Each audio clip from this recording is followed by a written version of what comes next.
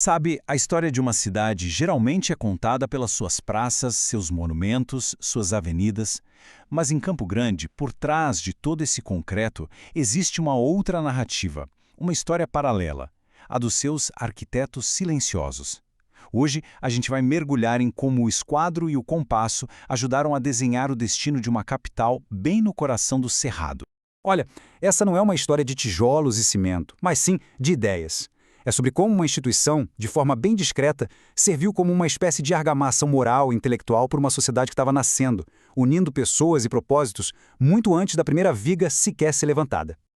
A pergunta é forte, né?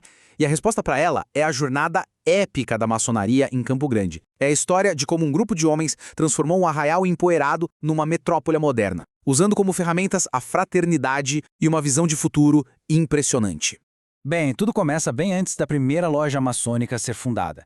Começa, na verdade, com uma semente ética plantada pelo próprio fundador da cidade, José Antônio Pereira. O jeito dele de organizar a comunidade, de acolher quem chegava, já tinha ali um espírito de fraternidade que foi a base para tudo o que viria depois. Então, vieram os trilhos, e eles foram um grande catalisador. A estrada de ferro noroeste do Brasil não trazia só aço e madeira, não. Liderada pelo engenheiro Emílio Chinor, ela trouxe uma vanguarda de homens instruídos, sabe? Engenheiros, médicos, comerciantes e muitos deles maçons, que traziam em suas bagagens não só pertences, mas o projeto de uma nova civilização. E essa visão logo virou ação concreta. A linha do tempo da cidade se mistura totalmente com a da ordem. Pensa só. Em 1907, a ferrovia sela o destino de Campo Grande. 10 anos depois, em 1917, esses mesmos homens se unem para erguer a Santa Casa, um verdadeiro templo de filantropia. Foi a primeira grande obra cívica organizada. E o passo final veio em 1921, quando essa fraternidade toda se formalizou na primeira loja maçônica da região. A fundação estava completa. Ok, com a base já estabelecida, a influência da instituição começa a ganhar corpo, a se tornar concreta, ganhando um endereço físico e um papel central nos maiores eventos políticos que a região já viu. A construção do Templo da Loja Oriente Maracaju, lá em 1924, foi um marco gigantesco. Era muito mais que uma sede. Com sua arquitetura cheia de simbolismo e uma localização estratégica, ele se tornou o cérebro político da cidade em formação, o lugar de onde as grandes decisões começariam a sair. E esse cérebro político foi testado para valer em 1932. Durante a Revolução Constitucionalista, aquele templo se transformou literalmente na sede oficial de um governo revolucionário, que chegou a proclamar o Estado de Maracaju. A política estava sendo feita de fato de dentro da casa. E a liderança dessa revolução mostra uma simbiose perfeita. No campo de batalha, você tinha o general Klinger, e no governo civil, o médico e maçom Vespasiano Martins, que despachava de dentro da própria loja. Naquele momento específico da história, o poder do Estado e os ideais da ordem eram uma coisa só. A revolução acabou sendo derrotada militarmente, mas a semente estava plantada. Aquele governo provisório, mesmo que curto, provou que a região tinha total capacidade de se autogerir.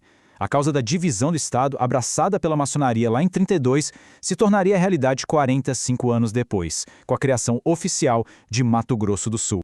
Com o Estado finalmente criado, uma nova missão grandiosa foi identificada. Já não bastava mais curar os corpos ou lutar por territórios. Era preciso formar as mentes das futuras gerações. Em 1982, esse número se tornou um símbolo. 12 lojas maçônicas, tanto da capital quanto do interior, se uniram com um propósito único e muito audacioso: construir um novo pilar para o jovem estado de Mato Grosso do Sul. E dessa união nasceu a FUNLEC, uma obra monumental dedicada à educação. Um novo templo, só que dessa vez para o saber. E o mais impressionante, ela não foi erguida com verba pública, não. Foi, nas palavras dos próprios criadores, com sangue, suor e choro. Um esforço coletivo, voluntário, que se tornou um dos maiores complexos educacionais do Estado. E para entender a profundidade dessa missão, a gente precisa entender o nome. Longton, na tradição maçônica, é o filho de um maçom que é adotado pela loja. Então, ao nomear a fundação assim, a mensagem era muito clara. A missão era universal, era abraçar e educar todos os filhos da sociedade como se fossem seus. A pedagogia da FUNLEC foi toda construída sobre 7 pilares.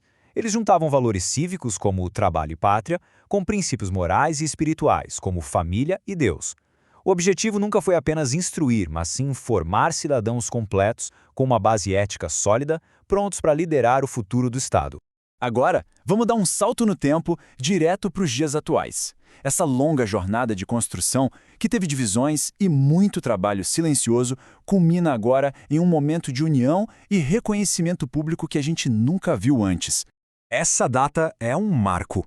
A instituição que antes se reunia quase em segredo, agora ocupa o principal centro de convenções da cidade. Pense bem, quase 1.000 membros, todos juntos, na abertura do ano maçônico de 2025. Uma demonstração pública de força e, principalmente, de unidade, algo inédito na história do Estado.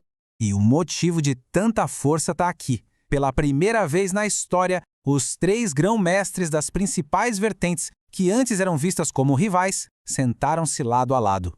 Um ato que selou o fim de décadas de divisão e inaugurou uma nova era de pacificação e trabalho conjunto. A presença do governador do estado ali elevou o evento a outro patamar. E no seu discurso, ele não tratou a maçonaria como um grupo qualquer, mas sim como parceira estratégica no planejamento do futuro de Mato Grosso do Sul. A instituição, que um dia conspirou para criar um estado, agora é convidada de honra à mesa onde esse mesmo estado é governado. E essa força unificada não é só simbólica, não. Durante as enchentes históricas no Rio Grande do Sul em 2024, a resposta foi imediata, foi avassaladora. Uma operação humanitária que mobilizou toneladas e toneladas de doações, provando na prática o poder e a relevância social da instituição nos dias de hoje.